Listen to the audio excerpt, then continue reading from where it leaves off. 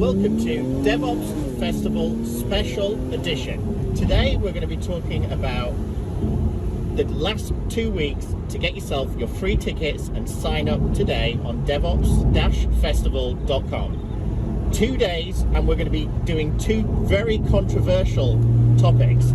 The first one is going to be around DevOps. Is DevOps the right way, or should it be Ops Dev? And the second one is going to be around automation. And is RPA just automation, and is test just automation? So stay tuned, check out my quick preview of those two topics, and I hope to see you at the DevOpsFestival.com. So how do you get tickets? Just navigate to DevOpsFestival.com, hit register, and then just select the free ticket. You'll then get a PDF with your ticket reference, and then we will send you an invite to the platform for the 15th and the 16th of September.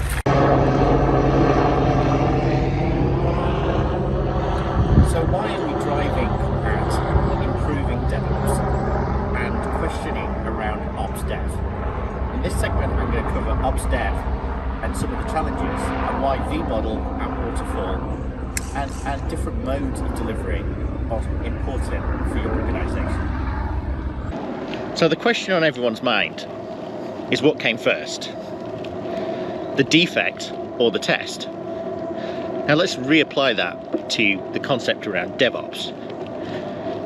Now I want to throw the idea that DevOps is wrong, and it should actually be Ops Dev, Ops-centric delivery of development capability, not development-centric delivery to operations. And how do we get to that kind of blurring of the lines, which Dan North talks about DevOps, where both teams are working together? And I think the problem is ownership. Who owns what is being delivered as far as value to the customer? What we kind of saw emerge maybe out of the 80s, 90s is a team called IT, information technology, who were responsible for the flow of data and information across the organization, i.e. digital, and technology, as in hardware. So this team within a business, the business may be a fulfillment platform or some kind of organization, retail organization, they need IT to enable their customers with the capabilities that they need. So ops are responsible and accountable for providing value on behalf of the business. And also they're the first people that interact with the customer. So you think about IT service management and IT operations management. Who's on the end of the call when something goes wrong? What happens when a system goes down or becomes unavailable?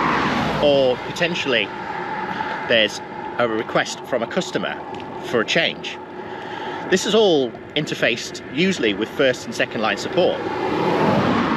And then you end up moving on to, through some IT service management tool like ServiceNow, you move this back into development. Well, within our startup, our developers are responsible for any issues with production.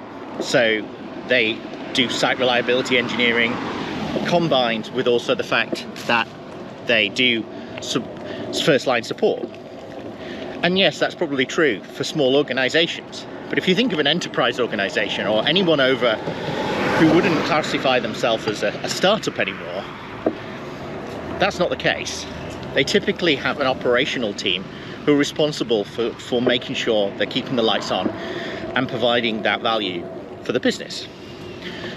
So let's talk about hardware. There is no software without hardware. However, we're not involved with hardware testing.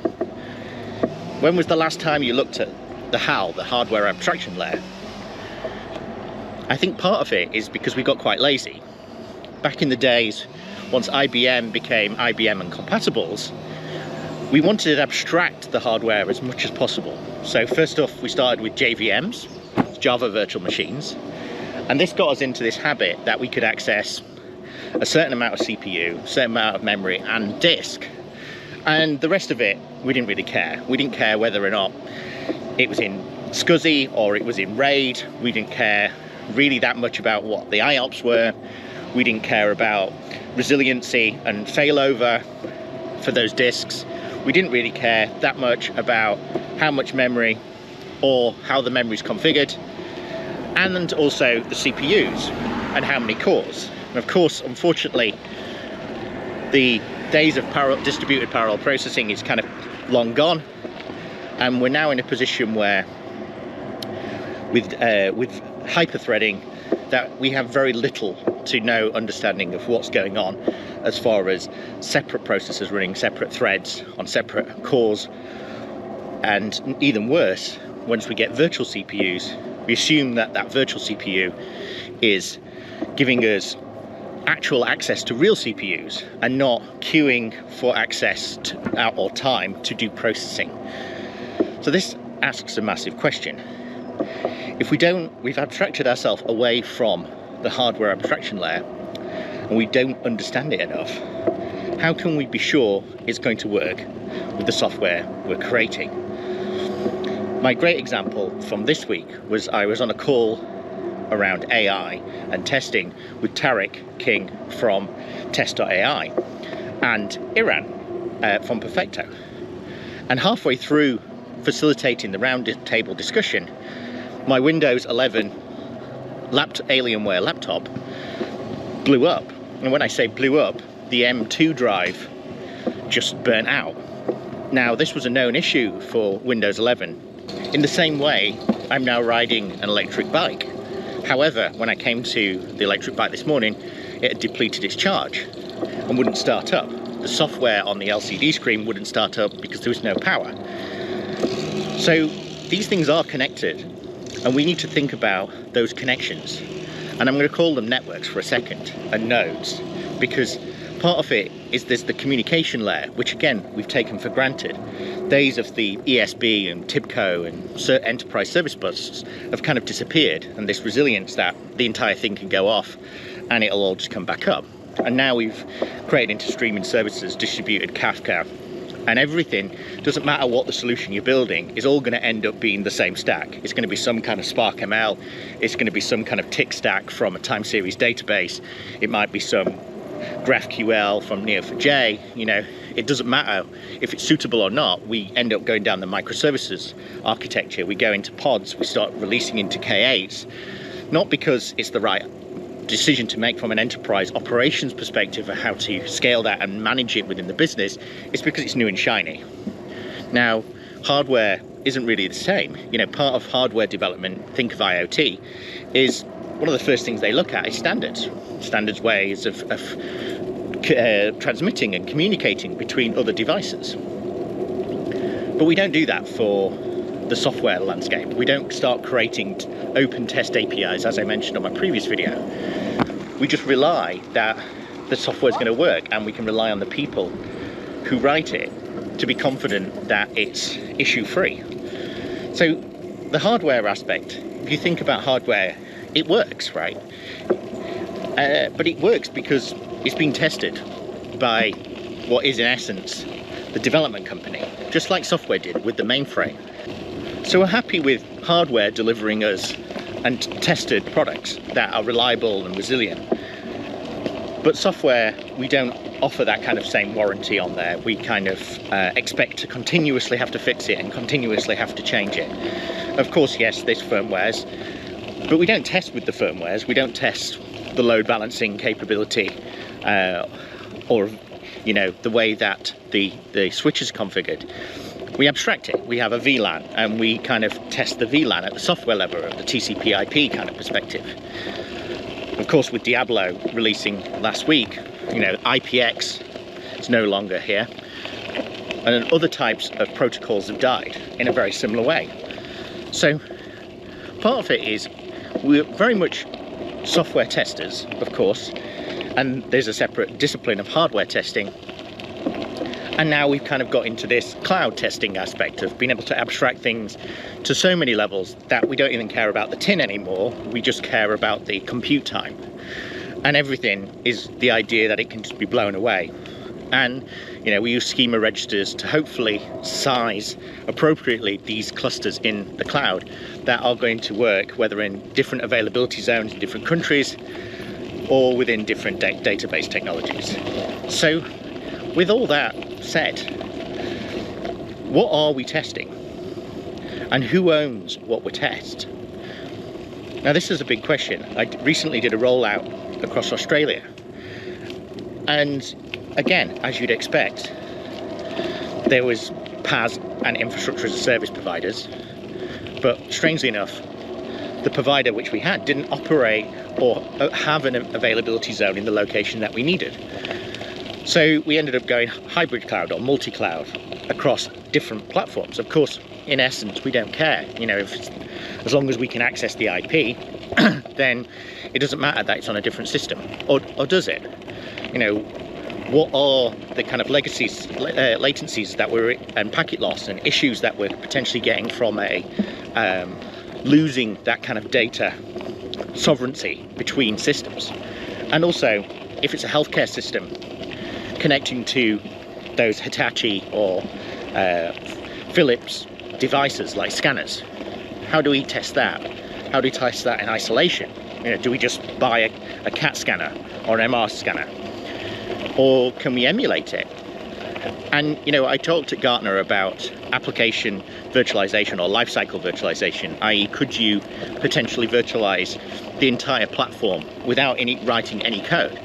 You know what an API is going to do in essence, so you use SV, you understand your topology of your end customer, whether they're riding a bike in the middle of a forest with a 4G or a 5G connection or 3G capabilities, and you can understand the packet loss and you can understand the TTL. So now we've established that it's an ops driven value stream to the business. So I did a recent podcast with Anna Murphy from ASG Rocket, and we talked about the multimodal delivery ones. So originally Gartner came out with bimodal, and then Forrester came back with trimodal. And I've talked about this in the past around those two speeds of delivery. You've got your core IT, which is very suitable to vModel and waterfall, and then you've got your fluid IT, your fail fast, learn rapid experiments, and then you've got adaptive IT, which is very much the agile way of iterative and fast delivery capability. So if the split, which is what we talked about, is roughly 60% is spent on core IT, keeping the lights on, securing operations in essence, and then 20 to 30% is in this adaptive IT landscape of iterative development or agile, Scrum, Kanban, Scrum of Scrums, led, less, DAD, safe landscape.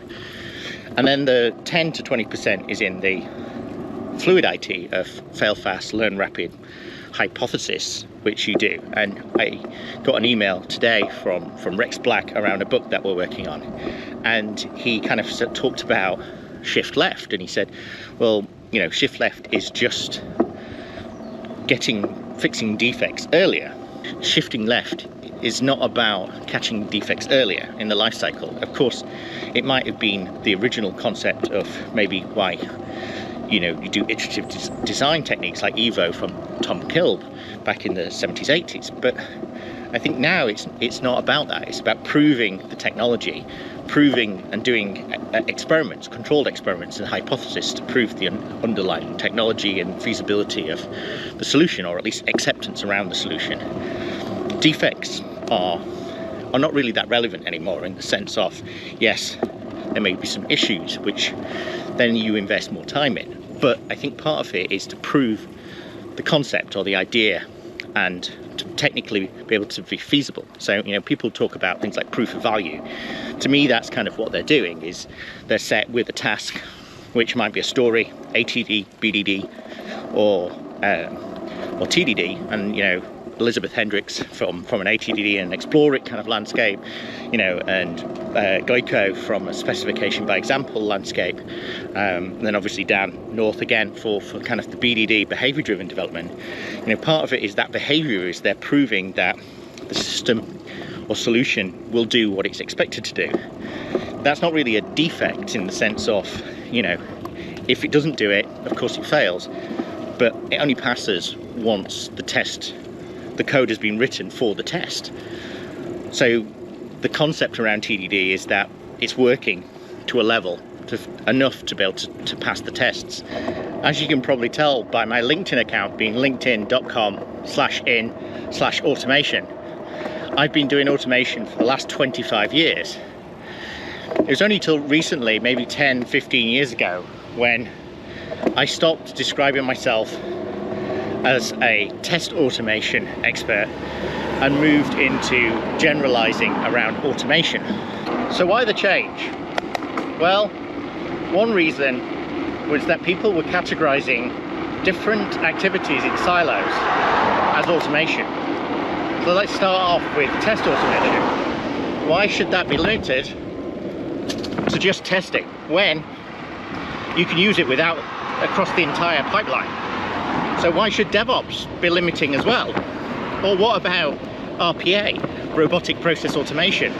Why should that find its own category? Or business process automation for the business? My question was, is automation, in essence, just some shell scripts? And has automation been around since the start of time? And removing the requirement for someone to do a human activity manually, to move it into an automated activity which can be done very easily via a computer. Think back to the idea of mail merge. Mail merge gave you that capability to not have to print off all those letters yourself. We've been using computers for automation since the start of a personal computer and the IBM series. So if it is just a script and it is just a number of repeatable processes automated, then why do we keep on calling it different things? So why don't we call a spade, or if all you've got is a hammer, i.e. a test automation tool, everything just looks like a nail. We should look at the toolbox or the toolsmith viewpoint of the things, using tools and technologies, the right tools and technologies for the right processes.